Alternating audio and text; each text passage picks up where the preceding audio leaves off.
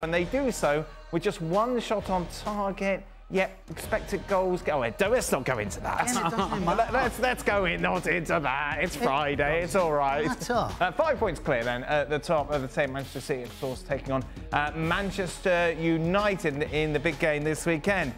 Don Hutchison joins us, but let's start with you, Stevie, as a man who won many league titles. This game instantly forgettable, but you don't care. If you're a Spurs player or a fan, you shouldn't care. No, you're going to have games where you're just not at your best. But the trick is to win them.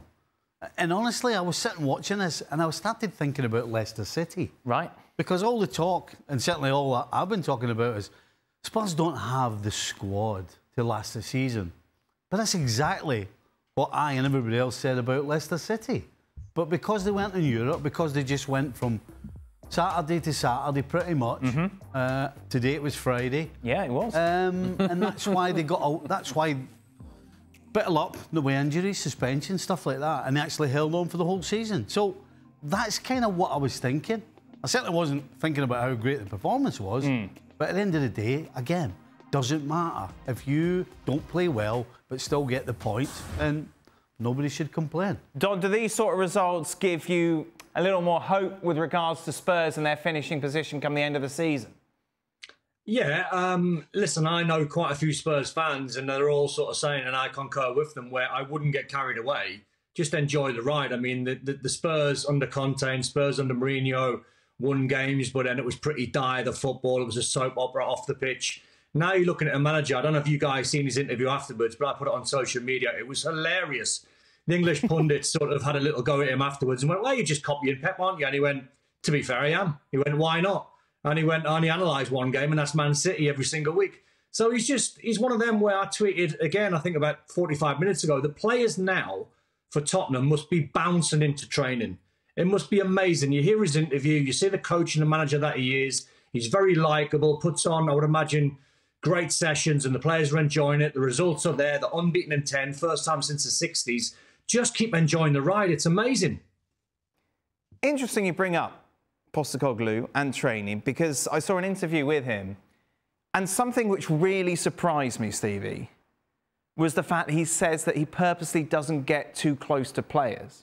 So he said he could be working for a player for 2 years and maybe they've only spoken for 5 minutes, which intrigues me because the manner in which he conducts himself, you would imagine he's, you know, in your face all the time. You've done well there. You haven't done well there. You know, he keeps his distance on purpose. Is that something that you would do? Are you surprised by that? Like, to a certain extent, I did the same, and that's why Paul was so good. Not just his knowledge about football, but with the players. Because he said he doesn't want to get too personal. No, because everything's great when you're winning games. You're top of the league, the whole thing. There are going to be challenges between now and the end of the season. And he's going to have challenges between now and however long he is at Tottenham. And there's going to be times where he's going to have to tell somebody they're not playing. And there's going to be times when he's going to have to tell somebody they're out the door. And so you need to know them without being too close where it gets personal. Right. And that's the trick. Yeah, that's quite a balance, isn't it?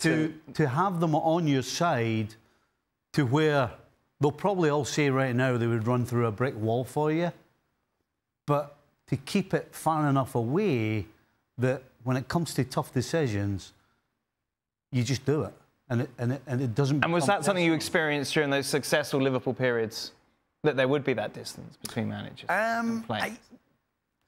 Yeah, I mean, well, yeah, Paisley only spoke to you if he had to. Right. You spoke to Ronnie or Roy, yes, Joe. Who was the assistant. Yeah, and then Joe became the manager, and it was the same. You spoke to, you know, if it was something really important or something that you had to know, you spoke to the manager. But again, same thing, there's a distance. And Kenny was the same. You know, Kenny Dalglish was always part of the jokes as well. But then when he became the manager, he had to step back from that. Right. And he was still, you were still friends, not the word.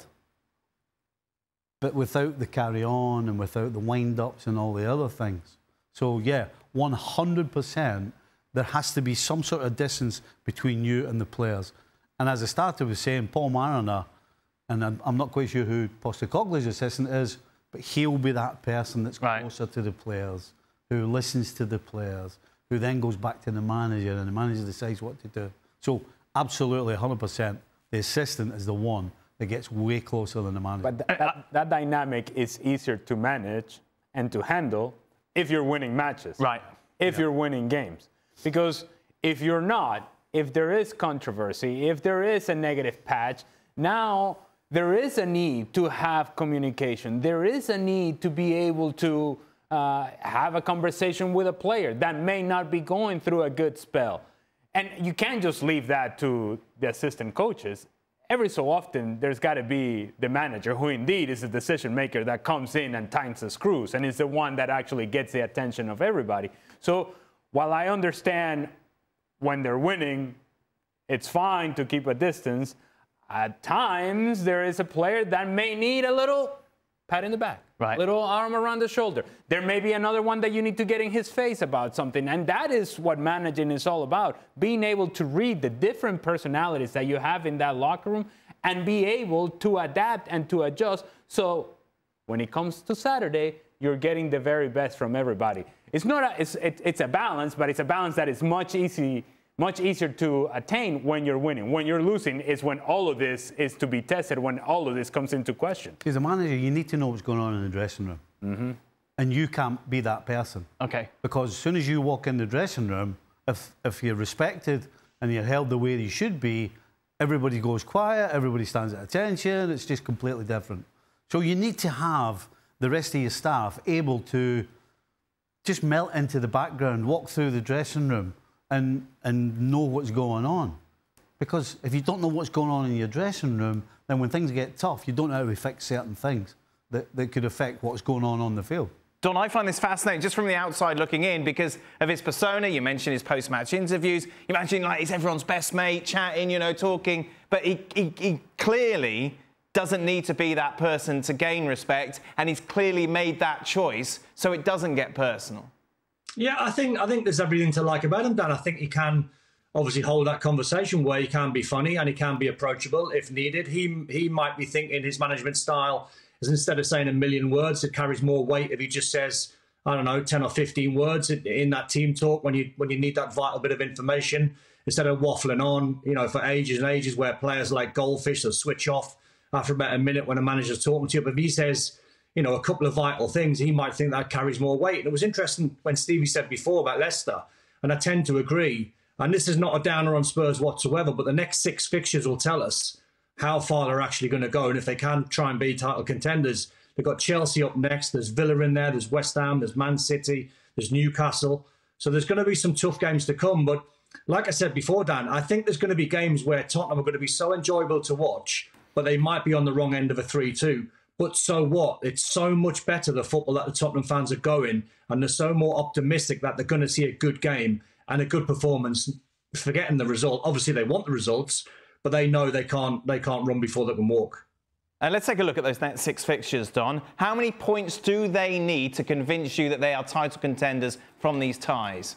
Oh, quite a few. I mean, I would imagine the Chelsea and Wolves games. Chelsea are just starting to come back into a little bit of form, but I think those 2 games in the immediate future, not many people around the world will probably realise how good Aston Villa are under Unai Emery. They are a really, really good side. Then you look at Man City, then you look at West Ham and London Derby, and then Newcastle. So I think you're probably looking at about 12 points there, Dan. If they take 12 points-ish from that, you know, and they could really convince a lot of people on the way that they could be here to stay. I think in the immediate future, you know, while there's no Champions League football and you can spend time on the grass, I think Tottenham fans probably at a certain point now would bite your hands off for top 4. But if they're taking 3 points for quite a few of them fixtures, 4 might turn into 3, and then all of a sudden they might be in a title race. What do you think, Steve? And we're done, 4 wins out of 6. Yeah. Man City, losing to Man City would be acceptable, as would be Newcastle. You know, teams that we think are going to be in the top 4. But the other ones, if you want to be A, challenging and be in the top 4, you have to win the other ones. The Chelsea, the Wolves, the Villa, and can't remember what the other one was. But those 4, West Ham, was it? West Ham. You got to win those 4 to contend. no question, you've got to win at least 4 of those 6. But to be in the top 4, again, you need to win 4 of the 6. Because the other 2 are acceptable if you come out the wrong side. And let's take a look at the odds, shall we, then, for the top 4, Ali? Okay. What do you think? Spurs? I'd say top 4, yeah. Right. The way that they're playing right now, and they're finding a consistency that I think should be encouraging for Spurs players and Spurs fans alike. Here's what I would say about today's game. You say it's instantly forgettable, and yes, it is. But the one thing that I think Spurs can gain from this game against Crystal Palace is the fact that in years past, this would have been an example of a game in which they would have dropped points because they were underwhelming, because they didn't create as many opportunities, because they weren't nearly as good as they had been up until that point. Today, this season, different year, different story, they get the 3 points and move on. If they can do that in those matches that Stevie's talking about, Aston Villa and West Ham and so on and so forth, they don't care how they go about it. It is getting to the point to where Spurs just needs to win games and have everybody else worry about them, just like they're going to worry about them going into the weekend. Now Spurs are 5 points ahead. Everybody else needs to play, and they're having to keep up with Spurs. That's a great place to be. So from that perspective, as I said, top 4 very much in play for Spurs. It's a realistic goal, and at this point, they should be shooting for something higher than that.